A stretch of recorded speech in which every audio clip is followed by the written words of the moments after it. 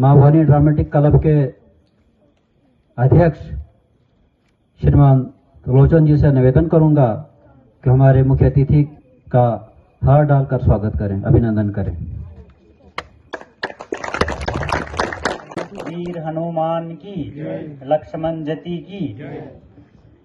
माँ भवानी टिक club drama के प्रधान श्री बिट्टू जी और इनके साथ पूरी टीम और इस क्लब के डायरेक्टर श्री नरेंजन जी, आप सभी को इस क्लब की ओर से बहुत बहुत शुभकामनाएं। श्री राम जय राम, जय जय राम, श्री राम जय राम, जय जय राम, श्री राम। अक्सर जो ऋषि मुनि पहले तपस्या करते थे वो जंगलों में जाते थे, पहाड़ों में जाते थे तपस्या करने के लिए, भगवान को प्राप्त करने के लिए जंगलों में जाते थे। तो क्या हुआ, उन्हीं दिनों में जब हमारे ऋषि मुनि तपस्या करते थे तो उन्हीं दिनों में क्या हुआ कि राक्षस आने लगे। एक राक्षस नाम का रावण जो था, रावण एक बहुत बड़ा राजा था, उसकी जो जितने भी वो लोग थे वो राक्षस थे। वो क्या करने लगे, जब उन जंगलों में घूमने लगे तो हमारे जो ऋषि मुनि तपस्या करते थे उनके ऊपर उनकी साधना अखंडित करने लगे। उनके ऊपर जैसे यज्ञ करते थे तो यज्ञ के ऊपर हड्डियां डालना, उनका जो यज्ञ का वो सामान होता है उसको बिखार देना। कोई साधु महात्मा अगर अपनी तपस्या में होता था तो उसको गले में सांप डालना, मतलब उसकी तपस्या को भंग करना। तो ऐसे में बड़े दुखी हुए जितने भी हमारे देवी देवता ऋषि मुनि थे, तो वो राक्षसों से बहुत दुखी हुए। तो सारे बोलने लगे कि हम क्या करेंगे। तो एक दिन बैठकर उन्होंने सलाह की कि हम सभी देवता जितने भी ऋषि मुनि हैं, हम भगवान विष्णु के पास जाएंगे, भगवान विष्णु को बोलेंगे कि ऐसे ऐसे हमारे ऊपर बहुत बड़ा अत्याचार हो रहा है।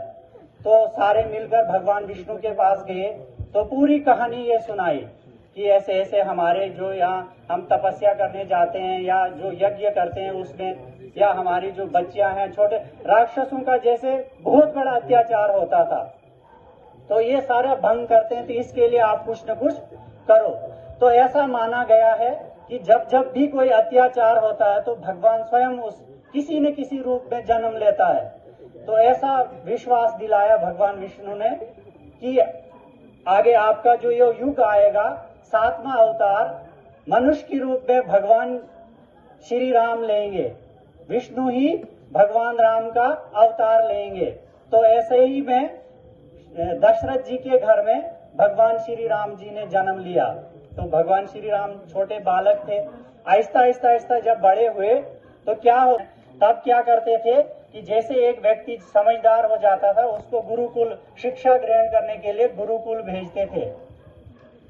तो जैसे जैसे भगवान श्री राम भी बड़ा हो गया, फिर उनके साथ उनके 3 भाई और बड़े बड़े हो गए उनके साथ, तो उनको भी गुरुकुल में शिक्षा ग्रहण करने के लिए भेज दिया। फिर वहां पर वो अपने भाइयों के साथ शिक्षा ग्रहण करने लगा और अपने भाइयों को ऐसा रखा जैसे घर से बाहर रहते हैं भाइयों के साथ तो महसूस माँ बाप की याद तो आती है, मगर भगवान श्री राम ने अपने भाइयों को ऐसा रखा कि कभी उनको महसूस नहीं हुआ कि हम घर से बाहर हैं या बिना माँ बाप के ही रह रहे हैं। उतना प्रेम किया और उन्होंने भी भगवान श्री राम के उतना मतलब अच्छा जो भी वो उनको कहता था वो मानने लगे। तो आहिस्ता आहिस्ता जब उनकी शिक्षा खत्म हुई तो उसके बाद फिर वापस अयोध्या में आए, अपने भाइयों के साथ अयोध्या आए और अयोध्या में उनको वहां की प्रजा ने भव्य स्वागत किया कि भगवान श्री राम शिक्षा ग्रहण करके वापस आए हैं तो इनका भव्य स्वागत होना चाहिए। और चारों भाइयों का वहां की अयोध्या की जनता ने भव्य स्वागत किया। फिर उसी कार्यकाल में क्या हुआ, उनके जो विश्वामित्र जी थे वो राजा दशरथ जी से मिले और राजा दशरथ जी को बोला कि ऐसे ऐसे हमारे वहां बहुत बड़ा अत्याचार हो रहा है, राक्षस हमें हमारी जो साधना है वो साधना करने नहीं दे रहे हैं, हमारी पूजा करने नहीं दे रहे हैं, हमारी माताओं को, हमारी बहनों को, हमारी बच्चों को राक्षस मतलब मार रहे हैं।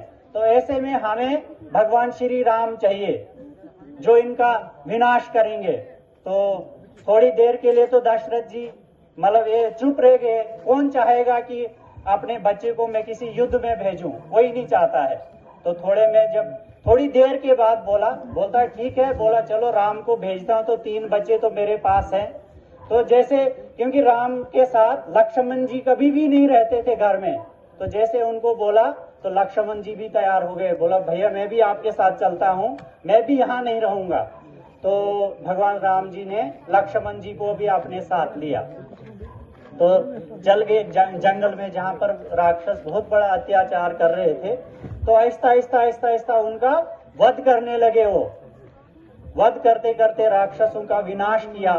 फिर अंत में क्या हुआ कि आप सभी जानते हो, क्योंकि रामलीला आप सभी देखते हो, क्योंकि लंबा इतना ना हो। आहिस्ता आहिस्ता लास्ट पे क्या हुआ, जो इतना बड़ा राक्षस रावण था, जिसने पूरा मतलब उस प्रजा में एक खूब डर का माहौल पैदा कर दिया था, उसको भी उन्होंने मार गिराया। तो वहां की प्रजा मतलब शांति से जीने लगी।